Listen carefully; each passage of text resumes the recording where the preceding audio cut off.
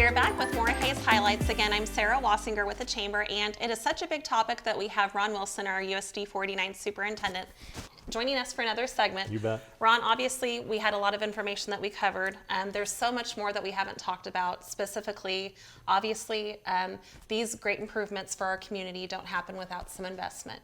So do you want to talk a little bit about what that looks like? You bet. I think that is always something in consideration, and we understand this bond ballot question is a big ask for our community. It's $143.5 million, and I've tried to get people to understand. It's been over 30 years since we have passed the bond issue in Hayes.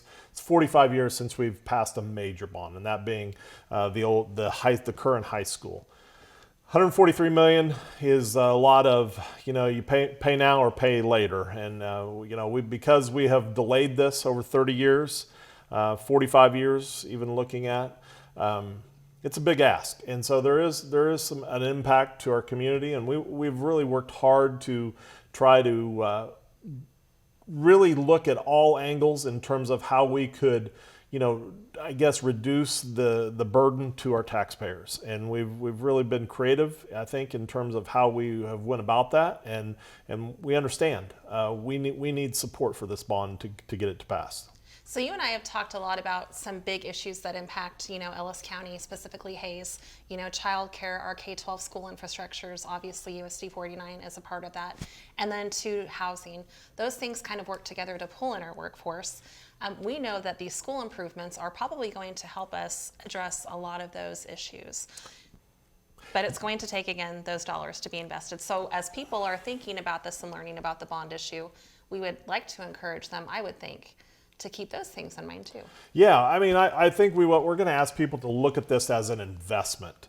Of course, it's dollars coming out of your pocket each month, that you might look at it that way. But the thing is, I really want people to understand you're investing in your schools, you're investing in your community for growth and sustainability. I think there's been a lot of messaging how important schools are to the hierarchy of a community being successful and continuing to grow and thrive, and I think that's really the messaging that we're trying to build.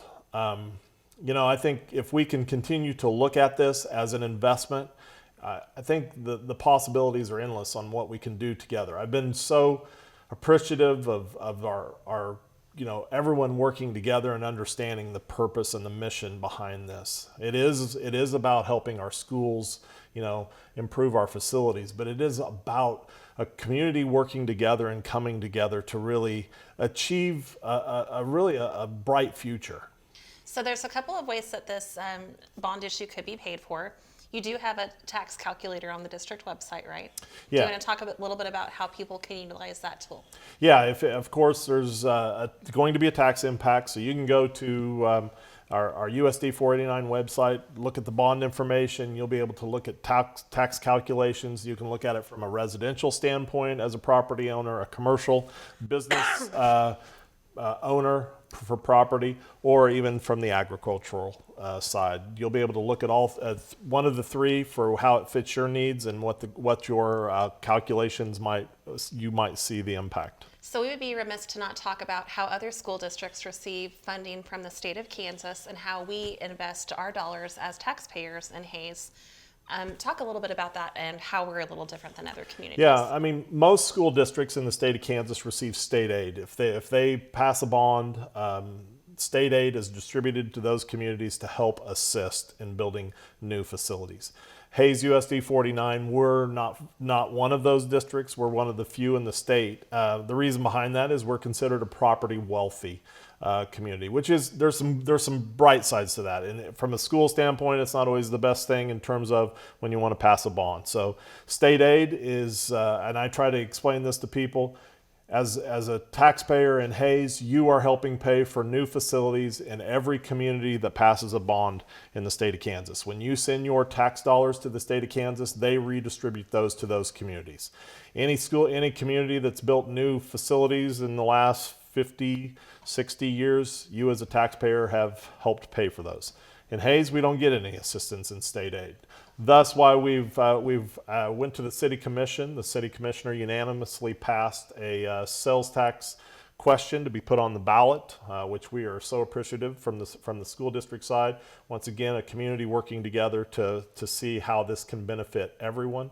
Can we pause there for a quick second, Ron? Yes. Because I think this election will require people to understand how those two questions work together or separately. Do you want to kind of explain what that will look like? Yeah, there's going to be two questions on the ballot. Of course, the first question is going to be, will you approve bonds to be sold for the constructing new facilities and renovating current facilities? Second question will be, will you approve a half-cent sales tax that will help assist for the repayment of these bonds? Although each question is not dependent upon each other, we are hoping that both questions are yes votes for our district, because that yes vote on the sales tax question allows us as Hayes USD 49 to work on a level playing field with other communities who receive assistance from the state, whereas we don't. We would be receiving sales tax assistance. And in a nutshell, we're asking people from other communities to help us, just like we help other communities pay for new facilities. So the sales tax question could, in effect, not pass, but the bond issue could be voted for yes, and it would still pass. But if the sales tax question passes, but the bond wouldn't, the sales tax doesn't come through, do you? Yeah, right? if you just Okay. and that can get kind of muddy, but Okay. basically, in a sense, if we can pass the bond on the general obligation bond question, yes, we'll go forward and we'll build facilities. Now, of course, that the property tax would be higher because we would not have the sales tax assistance. Of course, if the general obligation bond question is not passed and the sales tax question is voted yes, we would not be collecting that sales tax, and that would just be a moot at that point. But we see it as an opportunity to working together on both questions that can really fast forward us to a very competitive community in terms of our schools and how vital it is to the hierarchy of needs of a community, and having facilities for our students and our staff, and just to be competitive going forward. Well, Ron, thank you so much for your time. I know there's still so much information that we could cover, but we don't have time. I would encourage you to visit usd49.com or call Chrissy Crow at 785-623-2400 if you would like to schedule an opportunity to have Ron come talk to you or your business or organization. Thank you for joining us for the March Hayes Highlights, and we look forward to seeing you again in April.